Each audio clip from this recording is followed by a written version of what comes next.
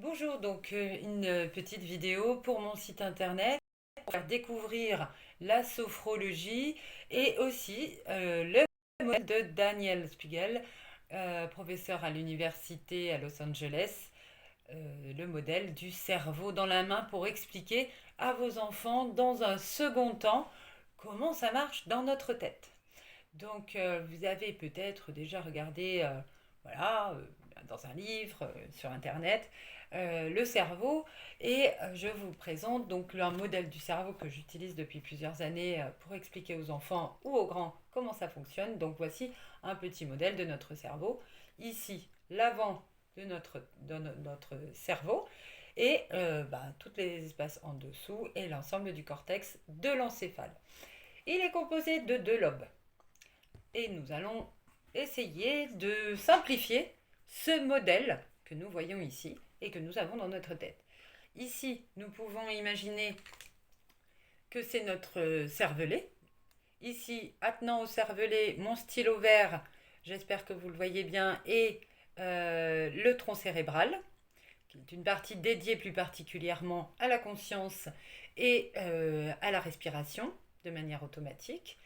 Et ensuite, nous avons ici, donc dans la partie beige que vous pouvez voir, la partie limbique émotionnelle, les espaces qui vont nous permettre de mémoriser à long terme toutes les choses que nous apprenons tout au cours de la vie, tout au long de la vie. Et ici, la partie colorée, qui correspond à la partie grise ici, qui est notre néocortex.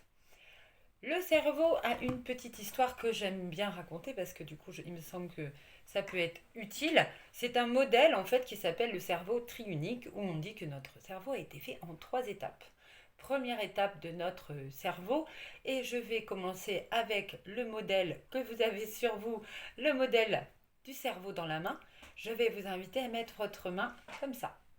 Ici, nous allons imaginer que c'est notre cortex, notre cerveau, notre encéphale. Partie ici avec le tronc cérébral, c'est la partie reptilienne, on dirait archaïque également, du cerveau, qui aurait plusieurs centaines de millions d'années. Première partie qui s'est déployée dans notre boîte crânienne et qui nous a permis de survivre pendant des millions d'années. Dans cette zone, nous avons l'espace qui nous permet de respirer de manière automatique, mais aussi d'avoir, nous le verrons dans une deuxième partie, un contrôle sur notre encéphale, puisqu'il y a l'espace de la respiration. Nous allons voir ensuite, avec notre pouce qui va se placer comme ça dans notre main, la partie émotionnelle limbique du cerveau. Et si nous replions tous nos doigts autour de notre pouce, comme ceci, nous allons avoir un modèle d'encéphale. En tout cas, une moitié. Avec le, pardon, le cortex préfrontal devant, la partie verte qui va correspondre à nos ongles et au bout de nos doigts. La partie émotionnelle avec notre pouce, la partie ici qui est beige. Et puis, si nous ouvrons complètement notre main, le plat de notre main, la paume de notre main et notre poignet va correspondre donc du coup à l'autre partie plus ancienne. Partie ancienne, plusieurs millions d'années, plusieurs centaines de millions d'années, qui gère la peur, la fuite, le fait de se figer sur place parce que du coup quelque chose nous a fait très très peur et qui va figer tout notre corps. Cette information vient en fait ici et se diffuse assez rapidement vers le corps. Ensuite, nous avons donc la partie qu'on dirait plus récente, 300-200 millions d'années, la partie limbique du cerveau. Vous avez vu qui est attenante avec le tronc cérébral, le cervelet, et qui va être coloré notre vie, notre quotidien, avec toutes les émotions primaires, secondaires et même d'autres qui vont venir se décliner autour et qui va communiquer avec cette partie la plus récente ici qui représente le dessus de notre main, le dessus de nos doigts et nos ongles, donc le néocortex. L'encéphale, qui s'est constitué peut-être au fil du temps, présente pour toute vie humaine d'abord, donc du coup, le cerveau, on est avec. Il s'est déployé pendant les premiers temps de l'embryogénèse et avec ces trois éléments. Le cerveau le plus profond, le cerveau limbique, le néocortex. Si je vous parle de ce modèle du cerveau dans la main, c'est parce que nous pouvons prendre soin de notre cerveau et de notre corps, de notre vie quotidienne, en expliquant comment cela fonctionne dans notre encéphale.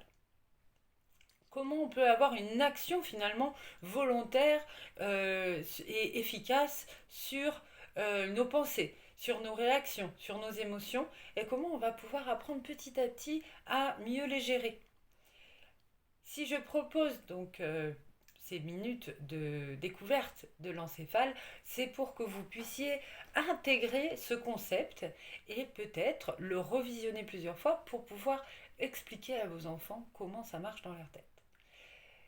Une fois que vous avez montré donc du coup comment ça marche dans leur tête, on pourrait se satisfaire déjà de cette première découverte, mais je vais profiter de cette vidéo pour vous faire pratiquer un petit exercice de sophrologie. Alors bien sûr, ce n'est pas une séance de sophrologie, c'est juste une approche pour vous expliquer comment vous pouvez intégrer en tant qu'adulte, donc qu'on a une action volontaire sur notre cerveau, et le transmettre à vos enfants ou aux enfants dont vous vous occupez. On va avoir une action par cet exercice de sophrologie ici au niveau du tronc cérébral. Et je vous expliquerai à la fin de l'exercice ce qu'il s'est peut-être passé pour vous. Donc je vais vous laisser vous installer pendant 5 minutes pour 5 minutes confortablement au fond de votre siège. Je vous invite à redresser votre dos, mettre les épaules peut-être légèrement en arrière pour ouvrir la cage thoracique. Votre tête, vous l'alignez avec votre colonne vertébrale. Vous trouvez le bon axe pour votre tête qui peut se poser délicatement sur votre cou. Et vous pouvez rentrer légèrement le menton pour bien regarder droit devant vous comme si vous regardiez l'horizon.